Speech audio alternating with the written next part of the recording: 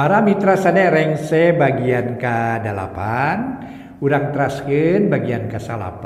Carios nyambung nu judulna Neangan Bapa. Ieu dongeng para mitra karangan Kileuksa ayeuna teh nincak bagian ke-8 atuh ka wargi-wargi Mang Jaya di mana waligina. Mang Jaya ngaturkeun nuhun mugi-mugi sadaya acara dongeng di Mang Jaya Official tiasa katampi kalayan kabingahan. Di antawisna para mitra, pami hayang dongeng anu tamat aya dongeng nu judulna Duriat Kahalang Mega, para mitra. Duriat Kahalang Mega. Mangga atuh nyangakeun bae tos tamat eta nya para mitra kirang langkung sabaraha episode eta. Duriat Kahalang Mega teh pemiti lepat sabaraha 30 episode para mitra. Namun aya catatanana di dieu niku rada kadelong niku. 30 episode para mitra sadaya. Aduh. Mangga nyangakeun bae dongeng di Mang Jaya Official. Atuh ayeuna ka wargi-wargi Mang Jaya ngaturkeun nuhun siaran-siaran ti Mang Jaya Official mugi katampi kalayan kabingahan. Ieu para mitra sadaya mangga atuh ka Mang Jaya ka wargi-wargi Mang Jaya ngaturkeun wilujeng ngadangukeun bae. Carios nyambung judulna Neangan Bapa karangan Kileuksa ayeuna nincak bagian ke-8 wilujeng ngadangukeun.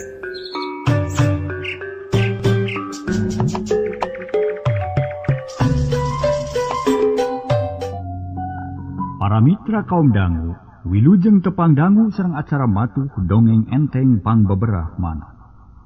Mang Jaya sapara kanca bade neraskeun hanca dongeng nu katunda carios nyambung judulna Neangan Bapa. Ieu dongeng karya Kileuksa ayeuna nincak bagian ka-8.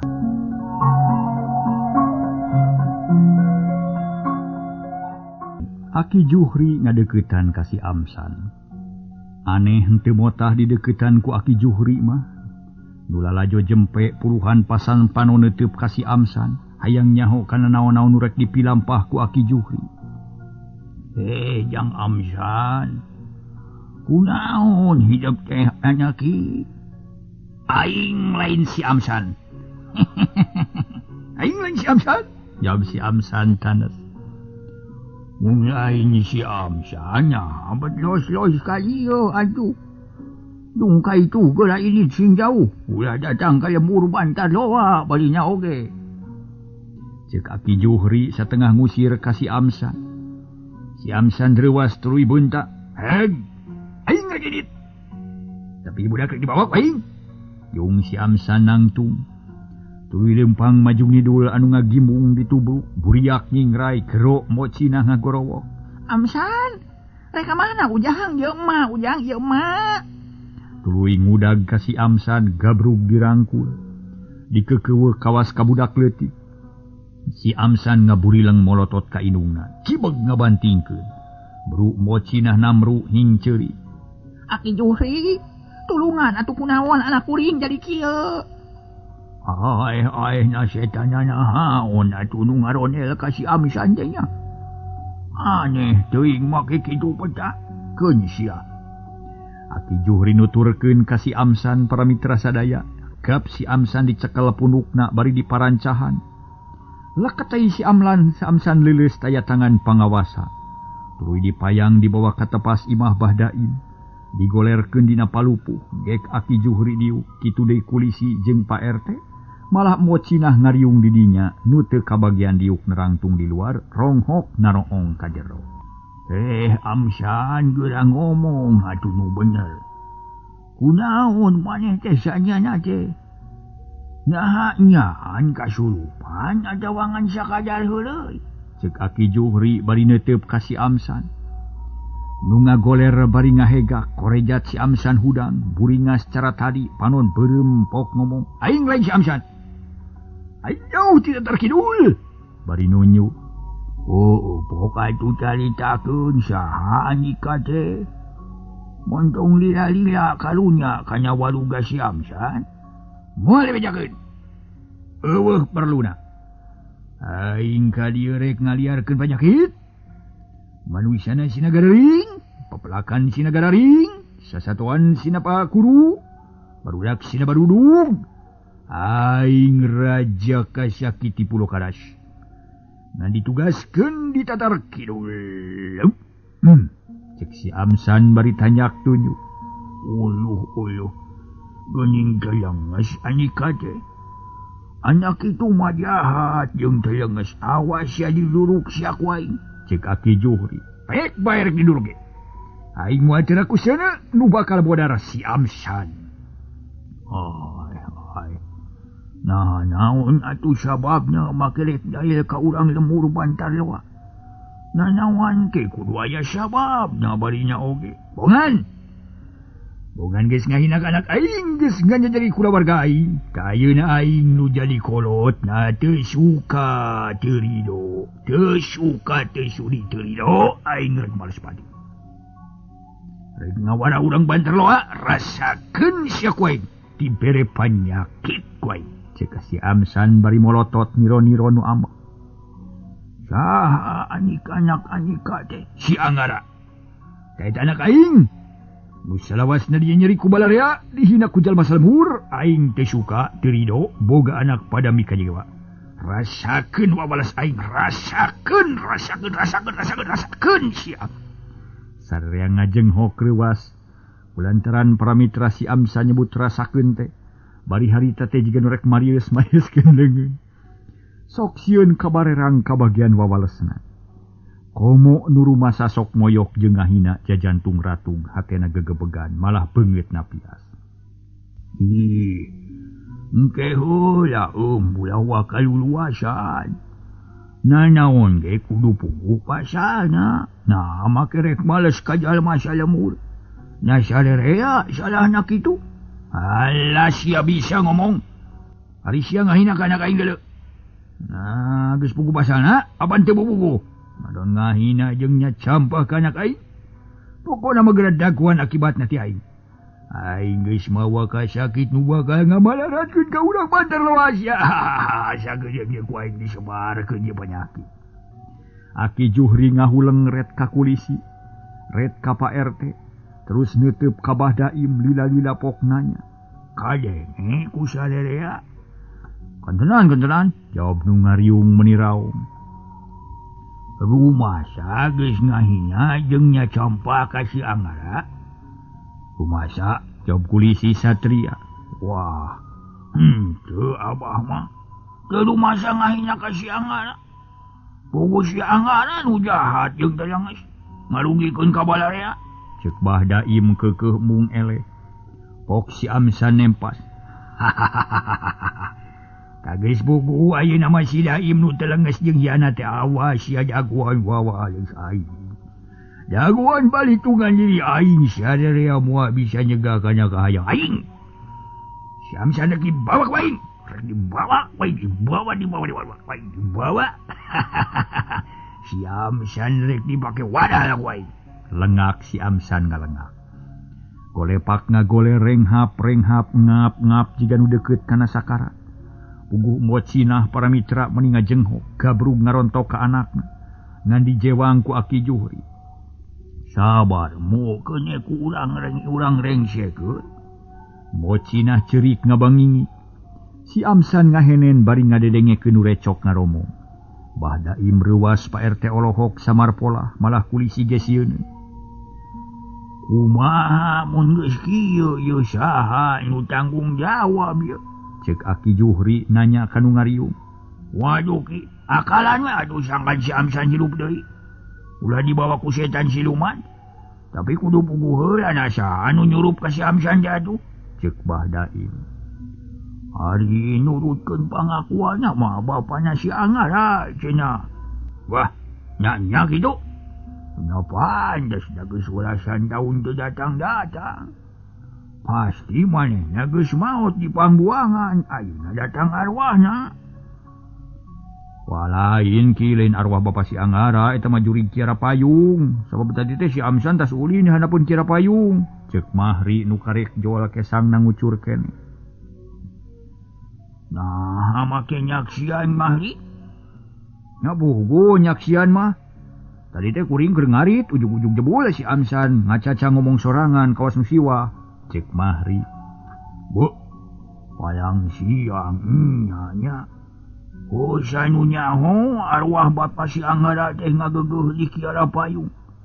Kumaha tu aling geus kieu nya? Cek Aki Juhri semu bingung. Nyangakeun ka Aki pokona mah kudu beres we. Bisinya lemur bantar luar di awuran penyakit bahaya. Temal kulisi. Nyaho gak kurang bereskeun. Aki Juhri neuteup kana awak si Amsan nu ngalempreh bangun ripu. Geus teu daek ngomong ayeuna mah Aki Juhri babacaan mapatkeun jampe pamake. Geus kitu pok nyarita. Arwah nu sumurup kana ragana Jang Amsan. Ngikeun omongan kami. Nurek sawala jeung Anika pikeun katengtreman sadarea. Kitu decek Aki Juhri. Korejat si Amsan hudang burileng matana jiga nu tibali. Si Amsan ulah dibawa. Kasakit ulah diawulkeun. Kami janji ka Anika moal rek nganyeri ka si Anggara. Malah rek menta dihampura. Tah kumaha lamun kitu. Teu bisa. Urang bantar loa geus tahun-tahun nyiksa batin anak aing. Geus bilang ngahina, geus lawasnya campa. Ayeuna mah karina rima wawales di aing. Karina rima wawales di aing rasakeun sia rasakeun. Cek si Amsan.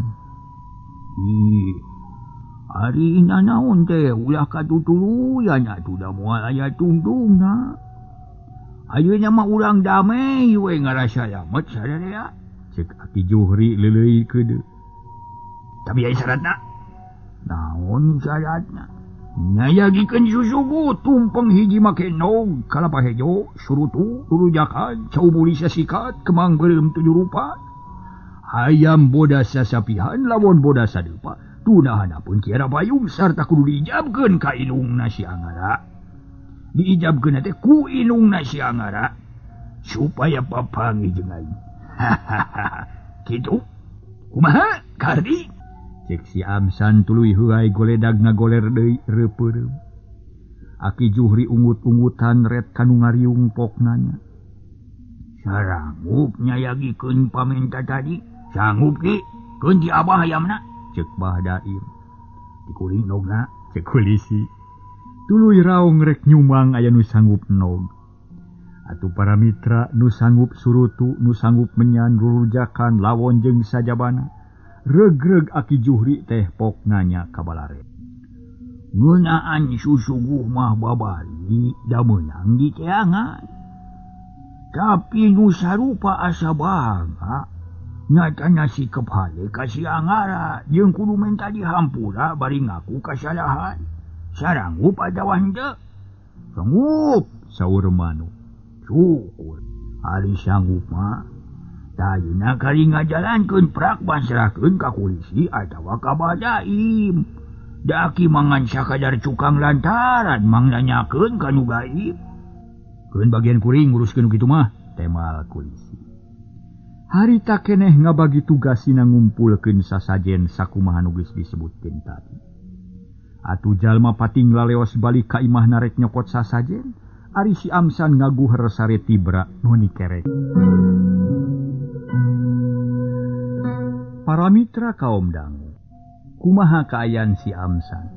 Si Amsan lila-lila kuniang hudang kekericeuman bari wakil, tuluy heuai geus kitu ret ka inungna, ret ka Aki Juhri.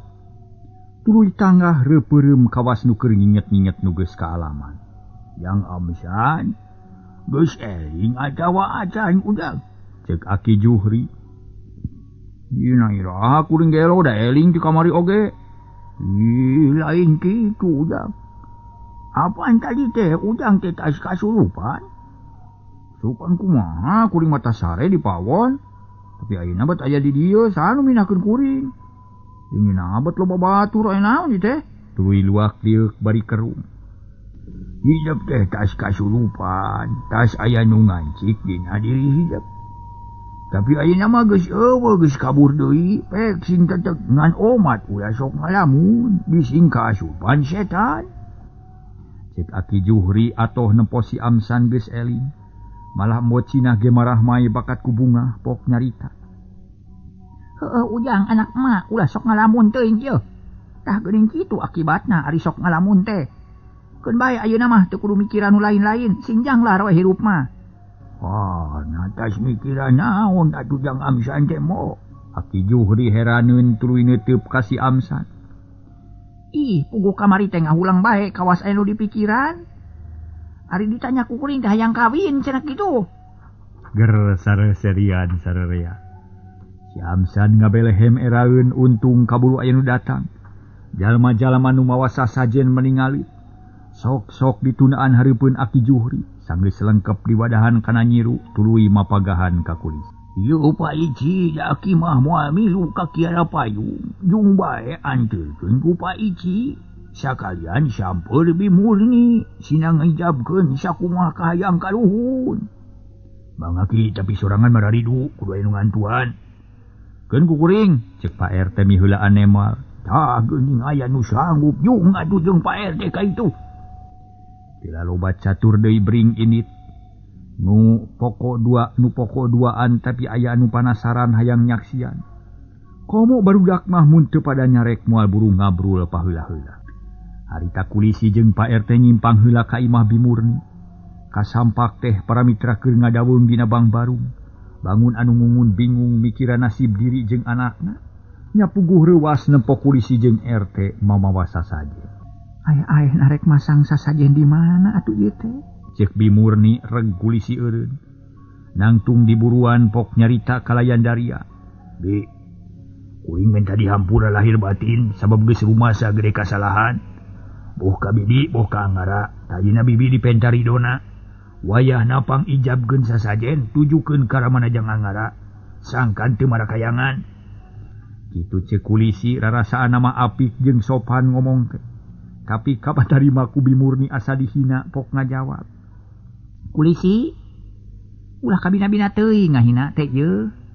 Nu kamari geus puguh kasar jeung gariha, tapi katega ngalanyawa. Hari ayeuna kana pelanyapnya. Ada belanyap ngaranna kawas nu heueuh we minta dihampura tapi eusina tetep ngahina ka kuring sakula warga. Kuring mah teu suka teu ridho boga salaki dianggap parakayangan. Teu narima mun salaki kuring dianggap geus paeh. Bari jeung can puguh karuhan. Da ngadengen ti mana salaki kami geus paeh. Make jeung nyebut marakayangan segala rupa. Waduh. Ulah salah arti bi kuring mah nyaan ieu teh. Lain ngaheureuyan, lain ngahina estu cerik putih celak herang. Bijil tina hati sanubari. Cek kulisi. Komo kitu mah beuki nya we ngahina ka kuring. Beuki nya boga anggapan yen salaki kuring teh marakayangan. Padahal da puguh maot cenah. Can puguh maot ge. Can puguh pokona mah. Jadi kumaha atuh bi? Boga anggapan we yen salaki kuring marakayangan teh kulisi. Nya ijabkeun we ku sorangan ari nya boga kayakinan kitu. Kuring mah teh sudi abrig-abrigan make kudu nyuguh kanu kitu patut. Rek nyuguh makan nu hirup we ngadah ditarimakeun. Kulisi ngahulang. Bingung ngadenge jawaban kitu red ka Pak RT nu direretkeun ukur ngarahu. Sarua ngarasa bingung na kudu kumaha lila-lila kulisi nyokot putusan. Memang deres para mitra. Keur naon nyuguh kanu kitu patut atuh. Nyuguh makan nu hirup we para mitra mereka tarimakeun. Sok kadinya nyuguh ke Mang Jaya. Asa sadiakeun biasa we para mitra. Eta lah ubui sampo jeung ulah kaum. Aduh ieu mah ieu. Biasa we atuh para mitra lah. Nyuguh ke Mang Jaya. Aduh dasar teh we. Watur mah yang bakakak hayam, hayang surut. Ai Mang Jaya mah enteng lah. Enteng para mitra. Mangga urang teraskeun. Mun kieu carana mah urang ijabkeun ku sorangan we atuh. Tapi tu atulah hiu urang ini cu. Cek Pak RT beral sarerea mia ngajugjug ka Kiara Payung. Rek nyayagikeun sasajen keur babakti ka Bapa Anggara. Nu dianggap geus maot ngagugu kana omongan si Amsan. Teka caturkeun di jalana para mitra. Kulisi jeung baturna geus tereh anyog ka Kiara Payung. Laleumpang dina galengan sawah bari nangeui sasajen. Ari harita dihanapeun tangkal Kiara aya nu nyang-hunyar bangun tumanina. Nyatana Anggara nu can bali. Dasieun kanyahoan ku urang lemur yen si Amsan kungsi babarengan jeung manehna. Red kanu laleumpang kebeg Anggara ngarenjang. Uluh. Kawas-kawas kulisi ka dieu. Uluh. Meuni ridu ku babawaan. Keun siar intip ku aing. Red Anggara kaluhur brehdang daunan gomplok menibuni. Jeung loba kadaka terekel Anggara naek kulayun kana dahan leutik. Cilek diuk dina cagak. Buni moal aya nu nempokeun, tapi manehna bisa awas ka handap. Tekung silila joal kulisi jeung baladna reg eureun hanapeun kiara payung. Sok-sok para mitra nundaan sasajen. Gek sarerea diuk kalayan sopan paladug ngukus haseup menyan menimbulak kaluhur ka ameu ku Anggara nu keur ngintip.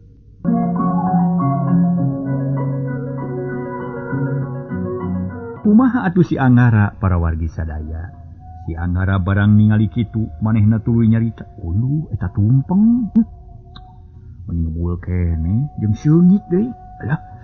Naonan kulisi teh nya acara-acara ti sasari bet nu sasajen di dieu geuning.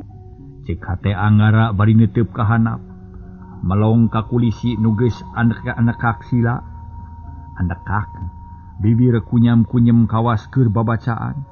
Geus kitu pok nyarita bari ngagalanta. Pun sampun kasang rumuhun ka Batara-Batari. Ka Batara minta bagja, ka Batari minta mukti, kula amit. Kula rek cacarita nepikeun keur tegati. Pururuk teh nyeungeut menyan para wargi sadaya. Ari Anggara ampir ngagak-gak seuringan untung katahan keneh ukur ngupat jeroning ati. Pak Ici. Kamana wae nyarita teh? Punta-penta bet lain ka pangeran nu maha tunggal. Kasasar lampah da kasarung. Tujuanana bet menta-menta kasalian ti Allah. Tiduh teuing bet salah jalan. Kitu gerentes hate Anggara tapi can lorma. Teu loba pamolah tuluy melong deui. Kuring amit seja ngawakilan jalma salembur, seja nyuara ke jalma sadesa. Sumbangan nyangakeun disanggu putih sapunukan, alit anu disangakeun, ageng nu disuhunkeun. Saperkawis urusan si Anggara boga rengse, ulah aya tunggul sirungan, ulah aya catang supahan. Sing lunglus banglus berkat salamet. Atuh kadua perkawis muga ulah cios ngawurkeun penyakit di lembur Bantaroa. Sumangga ieu nyangakeun. Pamunut anika buga-buga sugema mana. Bari ulah melang sumoreang, ulah rungsing kumareming. Sing betah di alam langgeng, ulah rek marakayangan, da geus lain-lain deui. Perkara tuang putra kuring jangdi moal sekali-kali deui ngamomorekeun. Dah sakitu maksud tujuan kuring. Di penta karamat sapaatna, mudi ulah ngaganggu, mending oge ngabantu. Ulah surup sumaning, mending ege nyaning di sagejireun. Kitu ijab gabulna Pak Ici. Puruluk nyeungeut deui menyan paladug haseup mulak kaluhur. Ka ameu seungit ngadalingding meleber ka mana-mana. Kabawa ku angin. Geus kitu mah kulisi kunyam-kunyem. Babacaan jung cengkat red ka pangiringna nu sarua bangun husu. Geus kitu mah pok Pak RT nyarita. Nya muga-muga we aman ayeuna malah ulah aya pancabaya. Lantaran kahayang arwah Bapa si Anggara teh geus dicumponan. Yuk urang ulang yuk. Urang laporan ka Badaim jeung ka Ki Juhri. Nya kitu muga-muga tina kanan. Beral marulang ngaleut saurang-saurang ku Anggara diteuteub tina tangkal kiara. Bet ngarasa heran ngadengi kekecapan kulisi jeung Pak RT nyabit-nyabit dirina kitu deui ngaran bapana. Aneh ieu bet nyambat-nyambat aing jeung bapa aing. Na disangka ngageugeuh kiara kitu. Kacida teuing jiga nu nyanyaa. Alah padahal mah eta teh ngahina nganggap dedemit ka bapa aing sia. Keun sia sakali anak diheureuyaan. Cuman bapa aing geus disangka nu lain-lain. Nyebut tarung, nyebut bangsat, nyebut jahat. Ayeuna nganggap dedemit ka kiara payung. Dianggap dedemit kiara payung kacida teuing sia. Ceuk Anggara ngomong sorangan. Para mitra kaum dangu. Harita si Anggara sorosod turun, jerut kana lemah, red kana sasajen. Pikiran midua tadi nama sasajen terek diaburkeun ka sawah, tapi ka ambeu seungit sereh tina tumpeng. Jeung kabita kukulub nog malah aya duwegan jeung rurujakan ngabarak sanyiru. Malaur ti isuk can sasarap aing mending tarimakeun sakalian. Gerentes hatena bari gek sila andeka, leungeun katuhu ngaragamang rek nunggal conggot, munggal congcot. Gel dipotong gorehel nog hayam dibelahan. Kamu sengit meni melenghir puguh namahan lapar. Da beuteung murilit teu loba omong celebak tumpeng di dahar meni caca muilan da puguh ti isuk can kararaban sang. Saduna carita kaayaan Anggara para mitra nu keur senang-senang manggih tumpeng. Kocapkeun di lembur harita si Amsan ngajak balik ka indungna. Bebeja namah lungse cenah asa tas leumpang jauh. Indungna ngagugu atuh terus amitan kabah Daim, malah masakur nu aya dirinya amit beraduaan mulang ngajugjug ka imah. Barang serog ka imah bus ka jero si Amsan ngabaheuhai dina kursi. Nempokeun indungna nu pakpik-pok nyayagikeun dahareun keur manehna. Bisi lapar meureun da puguh tas kasurupan sakitu lilan. Amsan, dahar heula ka inya bising capek jeung lapar. Ceuk indungna bari nunaan kadaharan dina meja. Mak, uing mah teu lapar, mak. Paksakeun bisi matak jadi gering, kawan tu tas kasurupan atupan maneh teh. Teu rumasa tas kasurupan, uing mah rumasa teh tas sare tibra. Kan aneh ari mimitina dug sare teh aya di pawon, ari nyaring bet aya di imah Abah Daim. Anehnya aneh pisan, ceuk si Amsan dari anaker. Nya heueuh tiasa tas kasurupan ujang sia teh. Indungna keukeu. Nuhun atuh mah, tapi turubana tulanan ke. Uing hayang kacai heula. Nyajung tapi kade sing tarapti ulah gagabah bising kasaibat. Kawan tu di lembur urang teh keur loba jurig ieu teh. Si Amsan teu ngomong deui. Jerut turun kaburuan tuluy ngoreleng ka pipir imah. Kereles teuing ka mana da leumpang ngahaja milihan anu bararun. Aing jadi penasaran ye. Nanya ki Juhri jeung kulisi nyunyuguh akira payung. Silaka mun nya teh aing dosa ngabobodo ka kolot. Teh musyrik ngaranna ceuk mang lebih oge. Kerentes hate si Amsan. Bari gagancangan muru ka kiara payung, manehna ngarasa dosa jeung asa kaduhung, bet ngalejokeun ka kolot da sugan teh moal dipercaya. Sanggeus ngaliwatan lulurung beras ka jalan satapak nu caneom. Arang langkah kaliwatan jalma kadinya mah paling ge nu rek nyadap. Nu akhirna jol ka astana sup ti lawang kulon anu paroek jeung bala. Serog ka kiara payung kebeung nempo anggara keur nyaleuhak ngadahar tumpeng. Ha? Kunaon euy? Kebeug anggara reuwas ampir kabuhluan red karunanya. Ana beres si Amsan keur ngajanteng bari melong.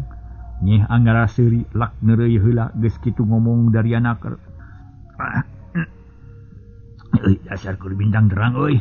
Keur lapar-lapar teh bet aya nu ngirim tumpeng euy. Ngeunah euy jeung sieuhis euy. Topna loba keneh euy sisana. Tumpeng gede atuh deungeunna loba keneh dita. Bari nunjuk kana nyiru tumpeng tibang bohak teh gede atuh para mitra. Mak, urang geus ngalajokeun ka kolot euy da geuning omongan dewek teh dipercaya.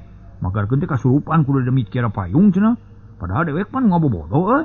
Ah, atuh loba omong lah. Urusan dosa mah aya di maranehanana da manehna. Kolot jeung laloba luang. Munya ge kolot jeung kasebut ngarti moal gagabah narima omongan maneh. Geus we ieu mah ulah loba pikiran, da geus rengse. Nuhun Amsan euy ah. Maneh gede jasana ka dewek euy, dewek seueuh ieu. Anggara ngajak sasalaman. Gep dua sobat pacekel-cekel. Tapi ari kira payung eueuh dedemitna kitu. Sieun nyaan euy dewek mah. Ah, dedemitna mah pan dewek ieu teh. Dewek dedemit kira payung mah tah deuleuh tah sasajeun katarima pisan. Aja nu ngapoe ge moal burung ditarima ku dewek mah. Senang we nu aya euy. Ceuk Anggara bari top kana surutu pelenyun udun. Amsan ngahuleng manehna inget keneh kana kajadian tadi. Sok sieun aya buntutna. Ari Anggara pok nanya deui. Waktasna seep para mitra, duh aing. Ayo mah para mitra, duh. Ya para mitra bakat kuloma we Mang Jaya nyebat duh waktasna seep, duh aing mah. Kita para bakat kuloma para wargi sareng para wargi teh duh. Janten para mitra anu mulya. Aduh rupina mah hanya kal pisan. Mang Jaya hoyong keneh ngadongeng waktosna kabujeng seep mangga para mitra dugi ka dieu bae heula. Mangga enjing urang tepang deui dina acara sareng waktos nu sami. Acara biasa nyata carios nyambung judulna neangan Bapa karya Kiliksa. Mangga wilujeng kantun bae premios.